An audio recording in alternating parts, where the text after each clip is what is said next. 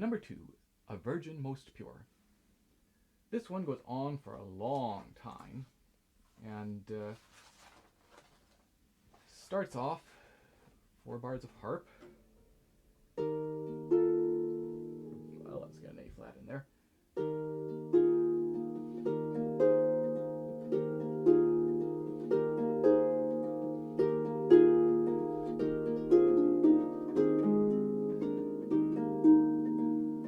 I should mention actually that this is a piece where when I'm practicing it at home, there's some difficult bits and I like to push them, and it has a tendency sometimes to want to get faster than it actually is,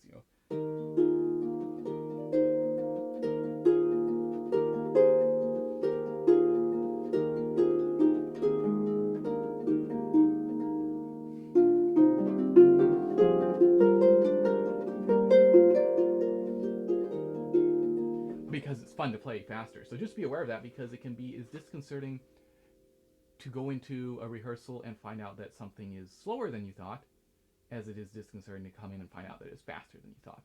Obviously, it's always good to be able to play it faster than it's being performed, but just be aware that I would say they have metronome markings throughout, and I would say that in my experience,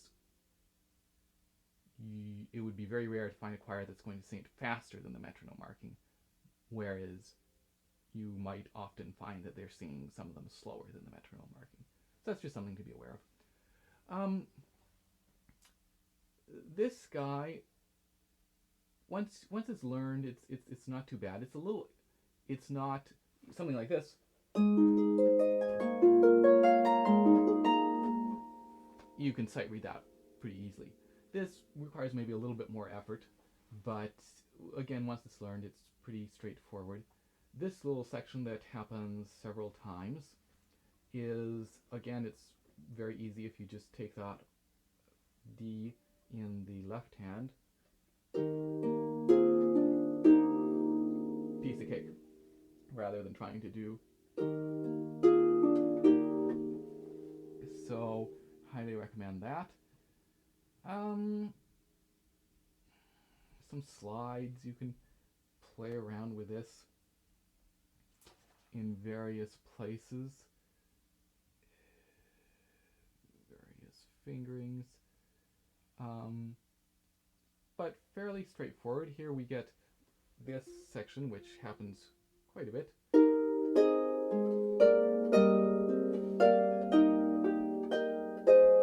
And again, I like this fingering up,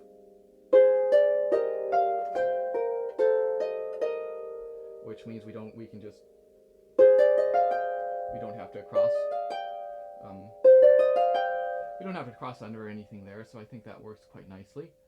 Then we start setting up for there's a soloist verse. This verse 4 until we come back in here is just a single one singer soloist.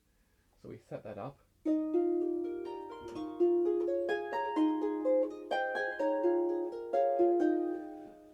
When we set it up, our volume can be, we want to be heard. We want to make sure that people understand what's happening. And then it may be that you'll want to back off even more once the singer comes in. Just play with the balance. If you get a chance, get somebody out in the hall and check the balance at the rehearsals. Because you get so used to accompanying the choir where there's a lot of sound even when it's quiet, and suddenly here is just one voice, and this can be a place where you can actually play quieter than you might imagine.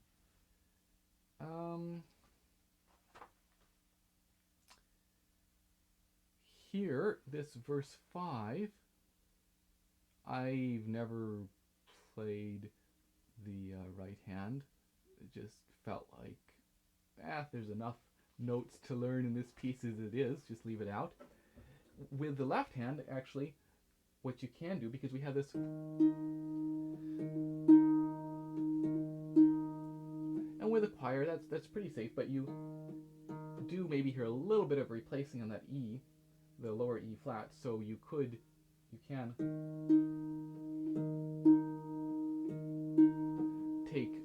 second one is a D sharp instead. So just a little something to think about. Here, when we get the 8VA ad lib, I have done it higher, but not recently. I definitely prefer the lower, the as written, as opposed to.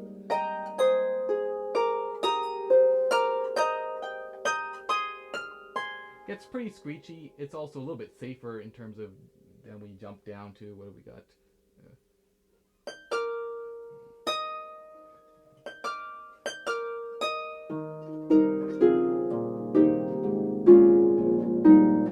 It's just a little easier when you're.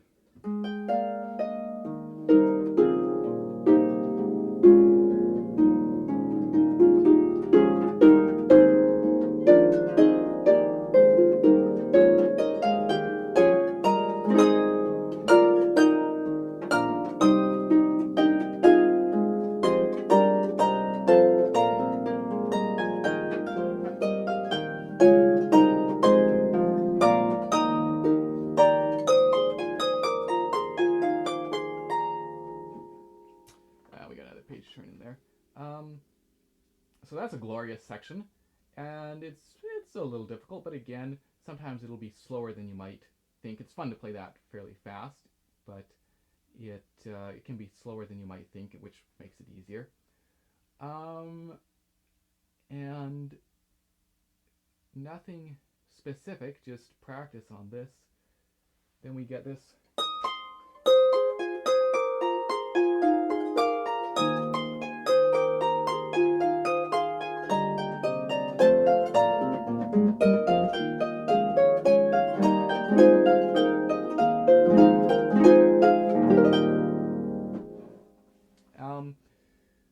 And again, throughout this, there are definitely some occasional notes that I will leave out, usually in the left hand. There's maybe just, he's got some chord, and I'll just leave out part of that, you know, the top or the bottom or something that just ends up being. So, for example, I don't think I catch that E flat when we get. You know, I'm just. And, you know, you're wanting to accompany the choir well. You're not, so that if you're struggling to catch all the notes because you want to play all the notes, it ends up being counterproductive. So that, yes, ideally it would be great to play all the notes just because it's a challenge, and you know, it would be nice to be able to do that. But definitely in this piece, I mean, it's not. It wasn't written by a harpist, you know. You can tell, so that there are some sections where it's just the any advantage of playing that E, for example, is outweighed by the fact that it's really difficult to actually play that section as written. So, you know, don't feel bad about leaving out some of the, you know, I think that C as well, some of those notes that just increase the difficulty greatly and aren't really needed. So, and this section, you know, is a good example. I catch most of them. I do, you know, I do this. But if you find yourself having a lot of trouble with that, you know, it's sure, it's not as good, but it's better than stumbling over that, right? Being able to play it in time and loud and forceful is going to be much more effective than having those few extra notes in there, but having it be stumbling and missing notes or just not being smooth and forceful. So here I slide. What do we get?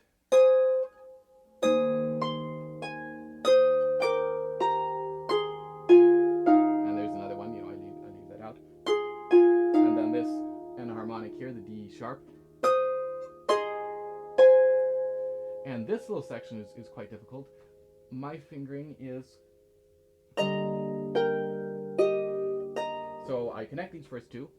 Then the next set of two are just detached. And then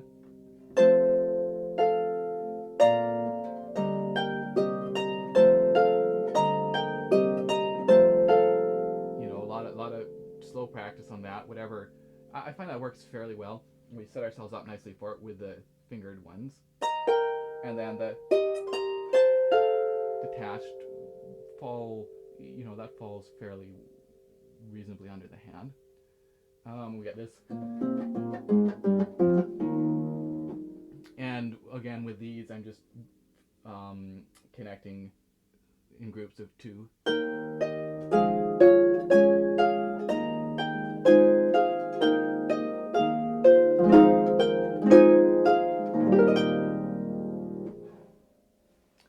And that works out fairly well. So let's move on to number 3.